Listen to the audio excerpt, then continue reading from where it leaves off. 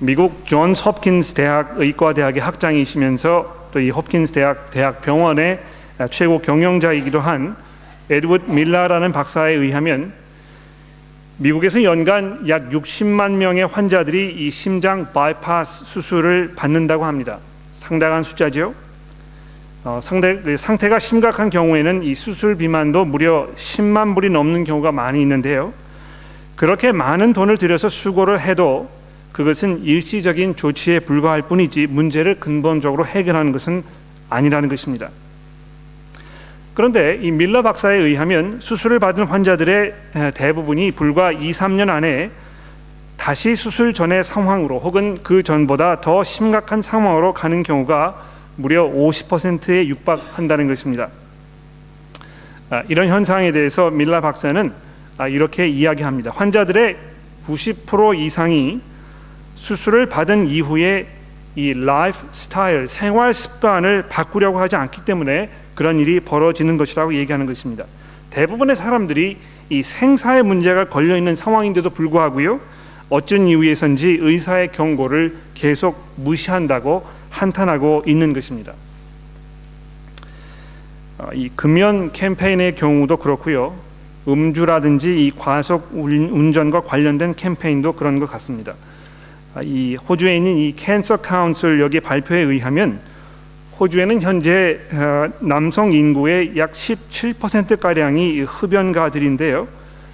이분들로 인해서 호주 사회가 전체적으로 부담해야 하는 비용, 예를 들어서 뭐 의료비라든지 언론이나 방송에 이 캠페인을 해야 하는 그 비용이라든지 또 이 그 폐기물 처리하는 문제라 이런 모든 것을 다 통합을 해서 1년에 약 315억 달러, 31 billion dollars 정도의 그 부담이 사회적으로 있다고 하는 것입니다.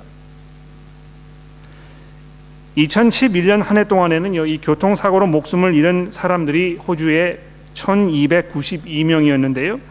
이들 중에 34%가 과속운전, 또 30%가 음주운전이었다는 것입니다. 이런 그 여러 가지 그 상황을 우리가 고려해 보았을 때 이 삶의 이 생사의 문제가 걸려 있는 상황인데도 불구하고 계속해서 의사라든지 또 이 전문가라든지 이 정부의 캠페인이라든지 또는 그 경찰의 이 정말 그 간절한 부탁에도 불구하고 많은 사람들이 그것을 외면하고 대수롭지 않게 그냥 넘어가 버리고 만다는 것입니다. 이런 경우를 두고 우리 속담에 소귀에 경 읽기란 말이 아마 있는 모양입니다. 아무리 상황이 위험하고 지금 당장 손을 쓰지 아니하면 모든 것이 끝장이 날 판국인데도 불구하고 손가락 하나 깜짝하지 않으려는 그런 아주 안타까운 상황이 벌어지고 있는 것입니다. 히브리서는 교우들을 위해서 설교자가 설교한 내용을 받아 적어둔 것 같은 그런 말씀을 그 성향을 띠고 있다고 제가 말씀을 드렸습니다.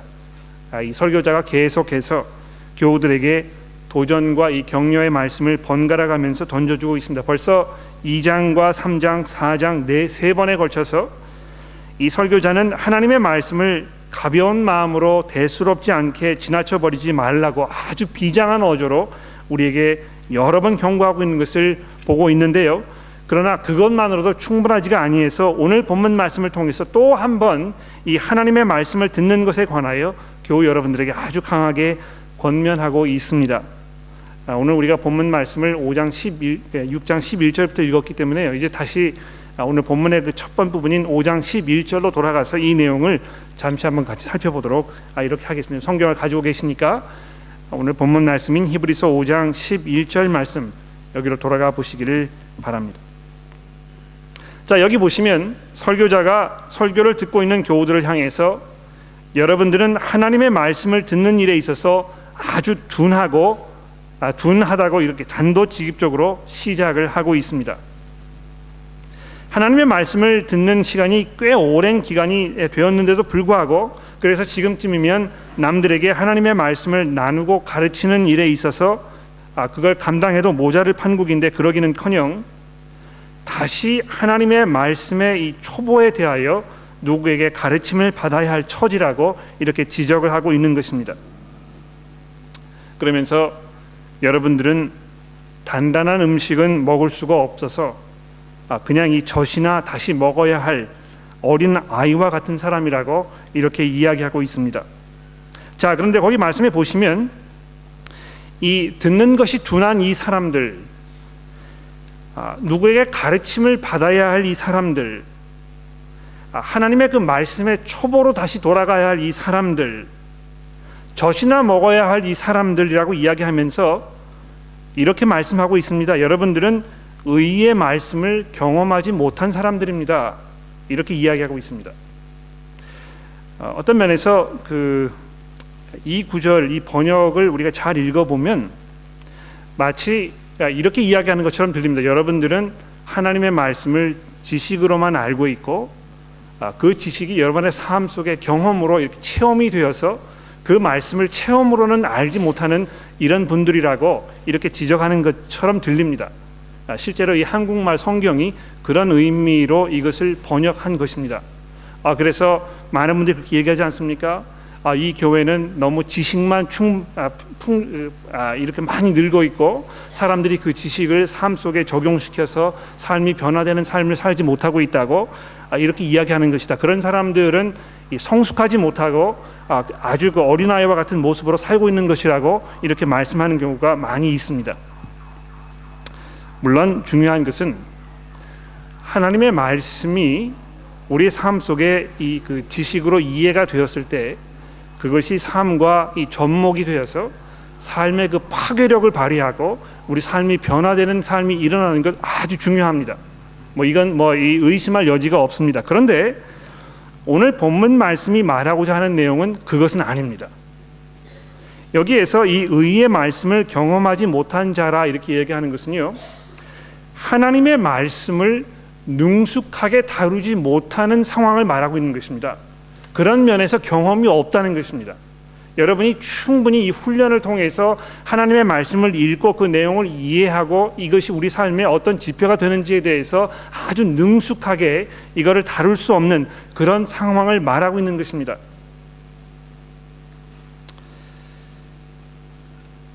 이런 말씀 들으면 이제 가슴이 좀 뜨끔하죠. 그렇지 않습니까? 이 교회를 오랫동안 다니셨는데 이 히브리서가 어디 있는지도 잘 찾기 어렵고 또 이 히브리서 내용을 읽었는데 이게 도무지 무슨 이야기인지 잘 이해가 되지도 아니하고 특히 오늘 이 본문과 같은 말씀을 잘 읽어보시면 이 내용이 너무 복잡하고 문장이 길고 또 이게 고어체로 되어 있고 이렇게 하니까 이 내용을 소화하는 데 아주 어렵다는 것입니다. 많은 분들이 성경을 읽으실 때 그냥 그 내용을 글자를 이렇게 지나쳐 버리고 그 내용에 대해서 깊이 이해하고 생각하는 이런 것에 대해서 훈련이 잘 되어 있지 않아서 오늘 이 본문 말씀이 이야기하는 것처럼 듣는 것에서 아주 둔한 그런 분들이 많이 계실 수 있다는 것입니다. 그런 면에서 우리가 분명히 변화되어야 할 것입니다. 성경을 잘 읽으시고 그 내용을 잘 소화하시고 그것이 지금 이런 것을 이야기하고 있는 것이구나, 우리의 삶에 대해서 또 우리가 살고 있는 이 시대의 그 풍조에 대해서 이런 내용을 우리에게 이야기하고 있는 것이구나 하는 것을 우리가 잘 이해하고 그것을 판단할 수 있는 능력이 우리 가운데 키워져야 하는 것입니다. 반면에 이 설교자는요, 여러분들이 어린아이로 더 이상 지나치 살고 있지 말고 장성한 자로, 성숙한 자로 변화되어야 한다고 말씀하고 있습니다. 자, 그런데 보십시오. 이 14절 말씀에 보시면 이 성숙한 사람, 장성한 사람에 대해서 어떻게 설명하고 있는지 잘 들어보십시오. 지각을 사용함으로 연단을 받아 선악을 분별하는 자들이라고 이렇게 되어 있습니다. 굉장히 어렵죠, 그렇죠? 지각을 사용함으로 연단을 받아 선악을 분별하는 자들. 제가 보기에는 이 히브리서에 있는 이 헬라어 원문을 번역하는 데 있어서 한국 이 번역가들이 굉장히 고심하고 또 수고한 그 자국이 아주 분명합니다. 그런데 그 내용이 충분하게 반영이 되어 있지는 않다고 생각합니다. 여기에서 이 히브리서 저자가 지금 하고자 하는 말씀은 무엇이냐 하면 정말 성숙한 사람은 분별력이 있는 사람이라는 것입니다. 여러분 이것을 이해하시는 게 아주 중요한데요. 우리 생각에는 이 성숙한 사람이라고 하면 삶이 많이 바뀐 변화된 사람이라고 이렇게 이야기하기가 아주 쉽습니다. 저도 아마 성숙한 사람이 어떤 사람입니까? 이렇게 그 질문을 받으면 성숙한 사람은 정말 그 하나님의 말씀에 의해서 삶이 많이 바뀌어가지고 변화되고 그래서 정말 그리스도의 모습으로 이렇게 살아가는 그런 사람일 것이라 이렇게 대답을 했을 텐데요. 히브리서 저자가 지금 우리에게 주고 있는 이 대답은 아주 의외입니다. 여기서 말씀하는 사람은 어떤 사람들입니까? 선과 악을 분별하는 그 분별력이 있는 사람이라고 얘기하는 것입니다. 그런데 이 선과 악을 분별하는 것이 어떻게 얻어지는 것입니까? 이 본문 말씀에 이 지각을 사용하여 이렇게 되어 있는데요. 이 지각이라는 말은 그 영어 성경에 보게 되면 이 discernment라는 말이거든요. 이 판단력을 말하는 것입니다. 그 판단력이 계속적인 훈련과 반복적인 이 수고에 의해서 잘 연단이 되어서 그것을 가지고 옳고 그른 것을 판단할 줄 아는 그 사고력을 가지고 있는 이 사람을 말한다는 것입니다. 그런데 여러분 보십시오. 이런 분별력, 이런 사고력, 이런 것이 지금 어떤 것과 연관되어서 우리에게 설명되고 있습니까? 하나님의 말씀을 아주 능숙하게 다루는 그 스킬, 이것과 연관되어서 우리에게 설명되고 있다는 것입니다. 여러분 이건 뭘 말하는 것이냐면 우리가 성숙하게 되기 위해서는 하나님의 말씀을 능숙하게 다룰 수 없으면 그렇게 될 수가 없습니다. 하나님의 말씀을 많이 몰라도 우리가 경건하게 살고 남을 사랑하고 이렇게 해서 성숙한 자리에 갈 수 있게 되는 것 아닙니까? 저는 성경은 많이 모르지만 이 사람은 그래도 성숙한 모습으로 살고 있다고 우리가 이렇게 쉽게 결론을 질 수 있을지 모릅니다. 그러나 오늘 본문 말씀이 그렇게 이야기하고 있지 않다는 것입니다. 이것은 그냥 지식만 많이 쌓으면 자동적으로 성숙한 자리로 갈 수 있다는 말을 하는 것은 아닙니다. 분명히. 그러나 우리가 분명하게 이해해야 할 것은 성경을 잘 다rum으로 인해서 이 옳고 그른 것을 분별할 수 있는 능력을 갖추고 있지 아니하면 성숙한 자리로 갈 수 없다는 것입니다. 그래서 여기 보십시오. 6장 1절로 넘어가시면 그러므로 우리가 그리스도의 도의 초보를 버리고 죽은 행실을 회개함과 하나님께 대한 신앙과 세례들과 안수와 죽은 자들의 부활과 영원한 심판에 관한 교훈의 털을 다시 닦지 말고 완전한 대로 나아갈지니라 이렇게 되어 있는데, 자 이걸 잘 보시면 뭘 말하는 것입니까? 여러분들이 그냥 계속해서 이 삶의 두 길, two ways to live, 이거 가지고 계속 반복해서 그거 이해가 되지 않아 가지고 그렇게 하지 말고 그 터 위에 잘 쌓아 올라가라는 것입니다. 많은 분들이 이제 이거 오해하십니다. 이 복음의 기본적인 내용은 너무 단순하고 기본적이어서 그거는 처음 우리가 예수 믿을 때 한번 이해하면 되는 것이고 그 이외에 이제 보다 더 훌륭하고 더 심오하고 더 깊은 어떤 다른 내용으로 우리가 그래야 이제 성숙한 것에 이르게 된다 이렇게 생각하시는 경우가 있는데 그렇지 않습니다. 이 히브리서 저자가 지금 이야기하는 말씀은 무엇입니까? 여러분이 이미 기초를 잘 닦지 않았습니까? 여러분이 복음을 잘 이해하고 있지 않습니까? 그러므로 이제 거기 그 위에 그 든든한 터 위에 이제 여러분이 집을 쌓아 올라가셔야 하는 것입니다. 이렇게 이야기하고 있는 것입니다. 여러분 지금 여러분들이 짓고 계시는 그 집을 한번 돌아보십시오. 지금 이 시간에 어떤 분들은 일평생 그 집 짓는 작업을 해오셨을 것입니다. 어떤 분들은 이제 막 터를 닦고 계시는 그런 중에 있을 것입니다. 과연 여러분들이 지금 짓고 있는 그 집은 어떤 집입니까? 얼마만큼 집이 지어졌습니까? 하나님께서 그 집을 보셨을 때 여러분과 저에게 무엇이라고 말씀하실까요? 정말 터를 잘 다져서 그 든든한 터 위에 견고한 모습으로 이 벽돌로 잘 쌓아 올라가고 있는 그런 집입니까?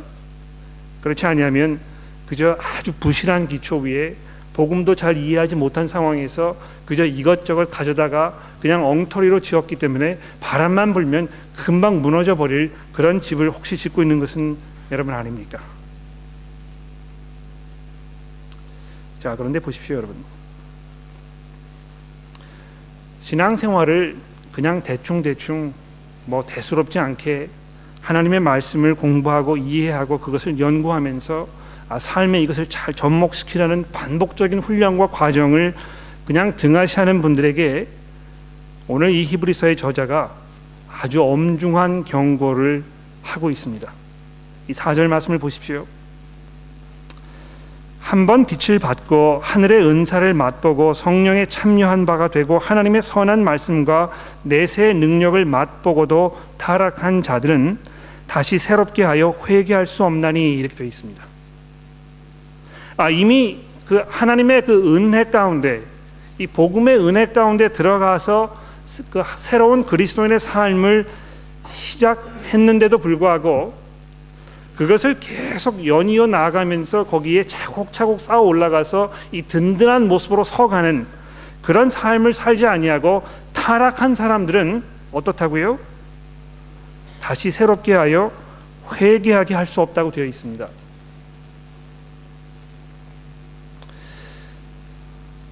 많은 분들이 이제 이 구절을 보시면서 굉장히 어려워하시고 어떻게 이것을 우리가 받아들여야 할까 많은 고민하시는 경우가 있습니다.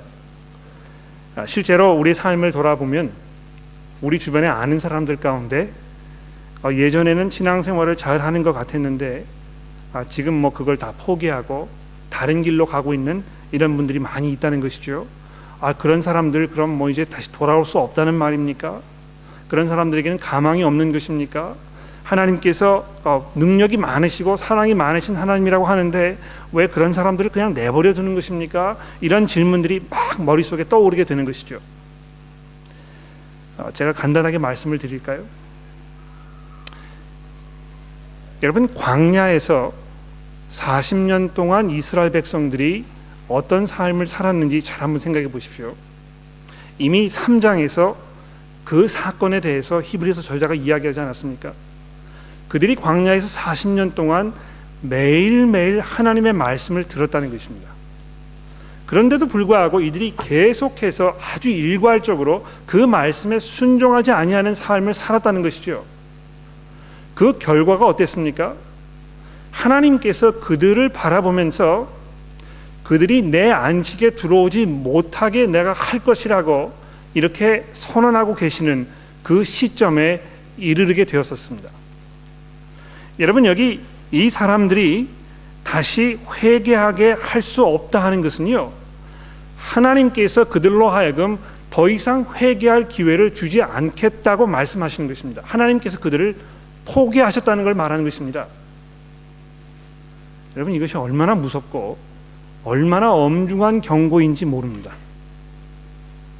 우리가 매주 하나님의 말씀을 듣고 우리가 회개해야 할 부분과 우리가 변화되어야 할 삶의 부분에 대해서 우리가 매주 이야기하지 않습니까?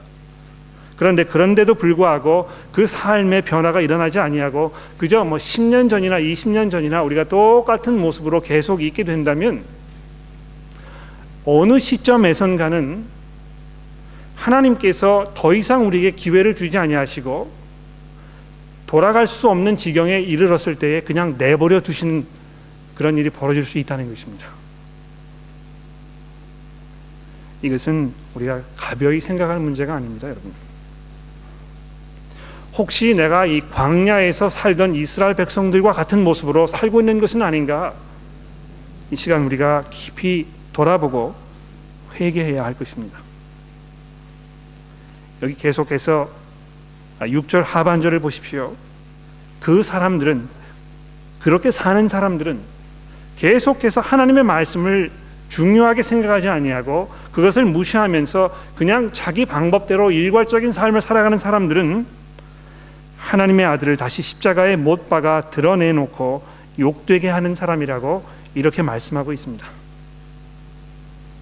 그 사람들은 마치 가시와 엉겅퀴를 내면서 버림을 당하고 저주함에 가까워 그 마지막은 불사름밖에 남아있지 않은 이런 사람들일 수밖에 없다고 말씀하고 있는 것입니다.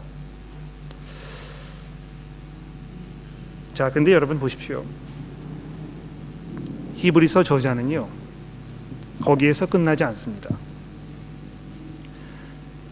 그 교회 교우들을 바라보시면서 아주 안타까운 마음으로 이렇게 이야기하고 있는 것이 분명합니다만 6장 9절부터 나머지 절을 보시게 되면, 그러나 여러분, 제가 여러분들을 바라보았을 때는 여러분들은 아직도 희망이 많이 있고 여러분은 아직도 하나님의 은혜 가운데 있는 사람들이라는 것이 분명합니다. 이렇게 격려하고 있습니다. 여러분들 엉망진창으로 살고 있기 때문에, 여러분 이렇게 살고 있기 때문에 가망이 없어서 내가 여러분들 포기해야 되겠고, 정말 여러분을 보니까 내가 마음이 찢어지는 것 같고, 이런 어조로 얘기하지 않습니다. 오히려 9절 말씀을 보십시오. 사랑하는 자들아, 내가 지금 우리가 이같이 말하고 있지만 너희들에게는 이보다 더 좋은 곧 구원에 속한 것이 있음을 내가 확신하노라. 내가 여러분들을 보니까 여러분들이 여러분께서 지금까지 하나님을 섬기면서 해왔던 그 모든 것들, 그 이름을 위하여 나타난 여러분들의 사랑으로 이미 성도들을 섬겨온 그 모습, 또 지금도 섬기고 있고 앞으로 하려고 하는 여러분들의 그 모습을 보면서 여러분들 가운데 아직도 하나님을 향한 그 소망과 희망이 많이 자리하고 있는 것을 내가 바라보면서 내가 확신하고 있다고 격려하고 있는 것입니다. 자, 그러면서 11절에 있는 말씀, 이것이 어떤 면에서 오늘 본문 말씀의 하이라이트라고 얘기할 수 있겠는데요. 잘 들어보십시오. 우리가 간절히 원하는 것은 너희 각 사람이 동일한 부지런함을 끝까지 나타내어 끝까지 소망의 풍성함에 이르러 게으르지 아니하고 믿음과 오래 참음으로 말미암아 약속들의 기업으로 받은 자들을 본받는 자가 되게 하려는 것이니라. 자, 이렇게 결론을 맺고 있습니다. 여러분들이 지금 이 상황에 안주하지 아니하고 계속해서 끝까지 이 소망의 풍성함에 이르게 되기를 내가 간절히 기도한다.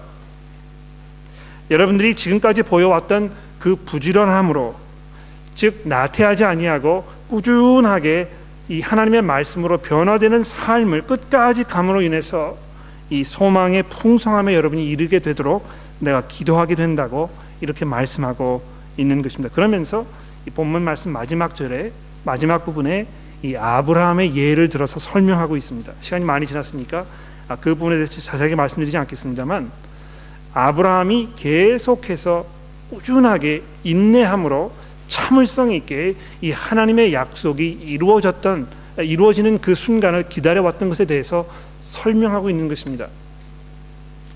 아브라함이 왜 믿음의 조상입니까? 그가 끝까지 참고 기다리고 인내했기 때문이라는 것이죠.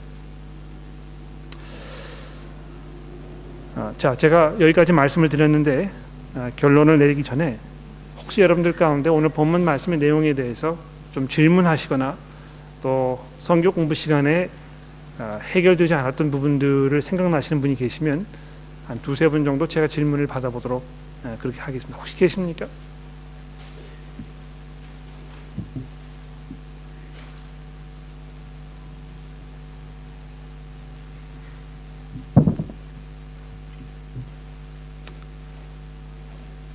마지막 기회입니다, 여러분. 질문이 없으세요? 예, 우리 정선옥 교우님 마이크를 좀 전해주시면 좋겠네요. 네. 네, 저희가 성경 공부할 때요,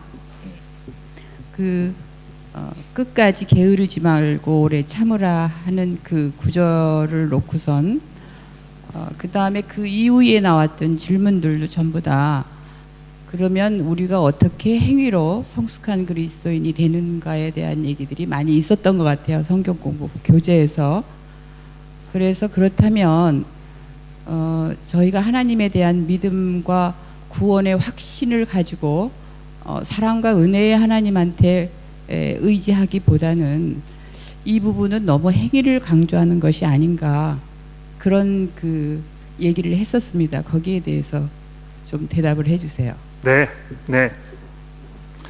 이것이 너무 그 하나님의 은혜보다는 우리의 수고와 우리의 노력에 너무 집중하고 있는 것이 아니냐, 그렇게 말씀하신 것이죠. 굉장히 좋은 질문이라고 생각합니다. 히브리서 저자가 전체적으로 하고 있는 말씀은 무엇입니까? 이미 예수 그리스도께서 우리의 대제사장으로 우리 구원에 필요한 모든 것들을 다 이루어 놓으셨다고 이야기하고 있습니다. 그렇죠? 그러니까 더 이상 어떤 이 구원의 보탬이 되기 위해서 우리가 뭐 해야 할 이런 것이 아니라는 것입니다. 그러나 우리가 하나님의 그 은혜를 정말 잘 이해하고 그것에 감격하는 삶을 살았을 때는 우리가 수고하고 노력하고 뭐 애쓰지 않아도 그 감사함이 자연적으로 하나님의 말씀에 순종하고자 하는 그 의지로 표현될 거라고 생각합니다. 그래서 많은 성경 찬송가 작가들이 그렇게 이야기하지 않습니까? 주 달려 죽은 십자가 우리가 생각할 때 이 세상에 속한 욕심 헛된 줄 알고 내가 버리네. 이거는 뭐 누가 버리라고 막 그 닥달을 이래서 할 수 없이 버리는 걸 이야기하는 것이 아니고요. 하나님의 그 은혜를 우리가 생각했을 때 그렇게 하는 것이 너무 당연하고 너무 마땅하고 또 그것이 아주 자연적으로 기쁨 가운데 그렇게 될 수밖에 없다는 것을 이야기하고 있는 것입니다. 또 계속해서 그 찬송이 어떻게 되고 있습니까? 이 온 세상 모든 것을 내가 다 가져도 주 은혜 못 다 갚겠네. 그렇기 때문에 어떻게 하겠다고요? 내 삶 전체를 하나님께 산 제물로 내가 드리겠네. 이렇게 고백하고 있는 것입니다. 그래서 여기 이제 여러분들이 끝까지 수고함으로 부지런함으로 포기하지 말고 여러분의 경건한 삶을 살아가라고 이야기하고 있는 이 부분에 있어서 여러분이 원치 않지만 여러분이 그 바라는 바가 아니지만 뭐 어떻게 해서든지 무슨 수를 써서라도 여러분이 억지로 그렇게 하라고 말씀하고 있는 것이 아니라는 것입니다. 우리가 이렇게 끝까지 참고 인내할 수 있는 그 근본적인 그 원동력이 어디 있는 것입니까? 복음에 대한 그 감사와 그 감격 거기에 있다는 것이죠. 그래서 그것이 충분하게 이해되지 아니하고 이 복음의 그 기초가 충분하게 잘 다져져서 거기에 든든하게 서 있는 사람이 아니라면 분명 계속해서 이 구원이라는 것이 하나님의 은혜의 결과인가 내 수고와 노력의 결과인가 이 문제 가지고 계속 고민하는 것입니다. 그러나 여러분 그렇게 하지 마십시오. 정말 우리가 하나님의 은혜에 감격하고 감사하고 그것으로 아주 온전하게 변화된 그 삶 속에서 일어나는 감사와 감격으로 근거한 그런 수고와 노력을 말하고 있는 것입니다. 네, 우리 천인욱 교우님.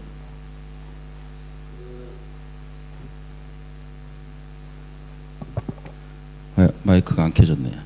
그 히브리서 6장 6절 보면 타락하면 그들을 새롭게 해서 회개에 이르게 할 수 없습니다. 그런 사람들이야말로 하나님의 아들을 다시금 십자가에 못 박고 욕되게 하는 것이기 때문입니다. 이런 구절 있잖아요. 네네. 이 구절에 해당하는 사람들이 지금 상태가 하나님이 믿음이 있으나 그 연약한 사람들을 말하는 겁니까? 아니면은 하나님을 지금 상태에서 인정을 안 하고 순종 않고 믿지 않는 사람들을 말하는 겁니다. 네. 그 4절 말씀에 보시면 이 사람들이 어떤 사람인가에 대해서 아주 분명하게 얘기하고 있습니다. 보십시오. 한번 빛을 받고 하늘의 은사를 맛보고 성령에 참여한 바 되고 하나님의 그 선한 말씀과 내세의 능력을 맛보고 이렇게 되어 있습니다. 이건 뭐 의심할 여지 없이 분명히 지금 구원받은 사람들 얘기하고 있는 것입니다. 그렇죠? 그런데 보십시오. 이스라엘 백성들도 출애굽 사건을 통해서 분명히 이 하나님의 그 놀라운 구원의 능력에 들어갔던 사람들입니다. 그렇지 않습니까? 그런데 그들이 하나님의 그 구원의 은혜에 들어가 가지고 그 다음으로 하나님의 백성다운 그 삶을 광야에서 살았어야 하는데 그렇지 아니하고 계속해서 점점 그 마음을 강팍하게 했다는 것입니다. 그래서 우리 그리스도인들도요, 여러분이 살아가시면서 하나님의 말씀을 들으시고 거기에 순종하고 그 말씀으로 인해서 삶이 변화되는 그 모습들이 꾸준하게 일어나야 될 텐데 그렇지 않은 사람들이 분명히 있습니다. 그냥 평상시에는 신앙생활을 잘 하는 것처럼 보인다는 것이죠. 그런데 중요한 결정을 내려야 할 순간이 왔거나 또는 삶 속에 내가 원치 않았던 어려운 일들이 벌어지게 되면 그때는 그 본성이 드러나는 것입니다. 그런데 그것이 한 번만 그런 것이 아니고요, 그런 일이 있을 때마다 반복적으로 그것이 자꾸 드러나는 것이죠. 그래서 결과적으로 삶이 변화되지 않은 것입니다. 삶이 변화되지 않았다는 것은요, 결과적으로 이 생각의 변화가 일어나지 않았다는 것을 말하는 것입니다. 여러분, 이 성경은 그냥 이 외형적인 그 변화에 대해서 이야기하지 않습니다. 성경이 말하고 있는 바는 이 가치관의 변화를 말하는 것입니다. 이건 이제 마음의 변화라고 이렇게 이야기할 수 있지만 마음의 변화보다 더 중요한 것을 이야기하고 있는데요, 이 사고 방식의 변화를 말하는 것입니다. 그런 것이 일어나는 것을 허락하지 아니하고, 내 삶 속에 그런 변화가 일어나는 것을 허락하지 아니하고 자꾸 그걸 막는 것이죠. 그런 상황이 계속 반복되게 되면 어느 시점에선가는 더 이상 하나님의 말씀에 순종하는 것이 내 삶의 기본적인 방향이 아니기 때문에 하나님께서 그런 사람들을 바라보시면서 더 이상 회개할 기회를 주지 않으신다는 것입니다. 그것을 지금 이야기하고 있는 것이죠. 자, 그러면 이제 결론을 내려보도록 하겠습니다. 네 가지를 말씀드리고 싶은데, 첫 번째로 오늘 본문 말씀은 이 그리스도의 삶이 마라톤을 하는 것이라는 것을 우리에게 기억하라고 말씀하고 있습니다. 끝까지 뛰어야 합니다. 그런데 끝까지 뛰기 위해서는 지금 우리가 달리고 있는 지금 이 순간 달리지 아니하면 끝까지 갈 수가 없는 것입니다. 여러분, 그 장거리 이 운동을 해보신 분들은 아마 아실 겁니다. 달리시다가요 조금 힘들다고 멈추게 되면 다시 시작하는 것은 불가능합니다. 거의 기진맥진한 상태에서 내가 좀 쉬어서 원기를 회복하고 다시 뛰겠다고 하는 것은요, 내가 이 경주를 포기하겠다고 이야기하는 것과 마찬가지라는 것입니다. 그러므로 마라톤을 해서 지금 우리가 먼 그 거리를 달려가야 할 텐데 내가 조금 나중에 조금 이따가 시작하지, 좀 달려왔지만 조금 쉬어야 되겠다, 이렇게 하지 말고 계속해서 발을 움직이라는 것입니다. 여러분, 자전거를 타보시면 알 수 있지 않습니까? 자전거 위에 앉아가지고요 페달을 계속 돌리지 아니하면 넘어질 수밖에 없는 것입니다. 그렇게 되어 있거든요. 그러므로 이 본문 말씀이 여러분과 저에게 뭘 말씀하고 있습니까? 지금 이 순간 하나님의 말씀에 귀를 기울이라는 것입니다. 내가 내일 그렇게 해야 되겠다, 뭐는 내년에 그렇게 해야 되겠다, 내가 내년에 성경 공부 그룹에 참석해야 되겠다, 내가 내년에는 교회에 좀 더 열심히 와야 되겠다, 내가 내년에는 성경 말씀을 더 잘 읽어야 되겠다, 이렇게 얘기하지 마시고 지금 이 순간 바로 오늘 이 자리에서 하나님의 말씀에 귀 기울이는 그것을 포기하지 말라는 것입니다.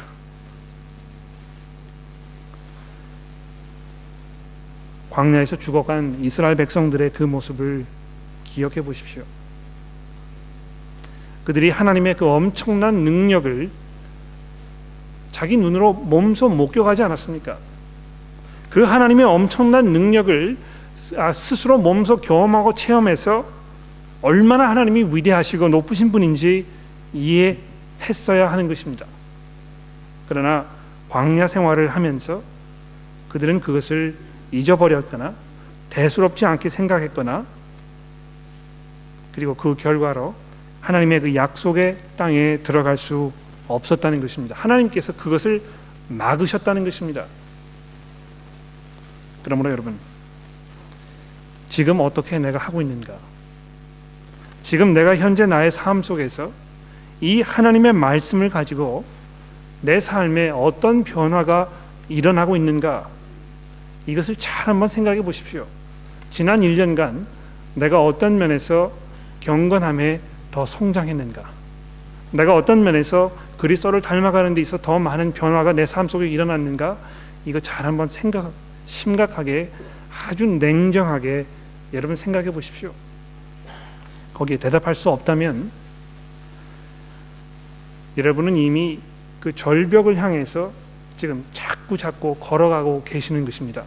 아직 그 절벽 그 끝에까지는 가지 않으셨는지 모르겠는데요, 그것이 그렇게 멀지 않았다는 것입니다. 그쪽으로 가고 있는 여러분과 저의 삶의 모습을 바라보면서 오늘 히브리서 저자가 우리에게 분명한 경고의 말씀을 주고 있습니다. 더 이상 그쪽 방향으로 계속 가지 말고 하나님의 말씀을 듣는 바로 오늘 이 순간 돌아서서 새로운 삶의 모습을 살아가라고 말씀하고 있는 것입니다. 기도하겠습니다.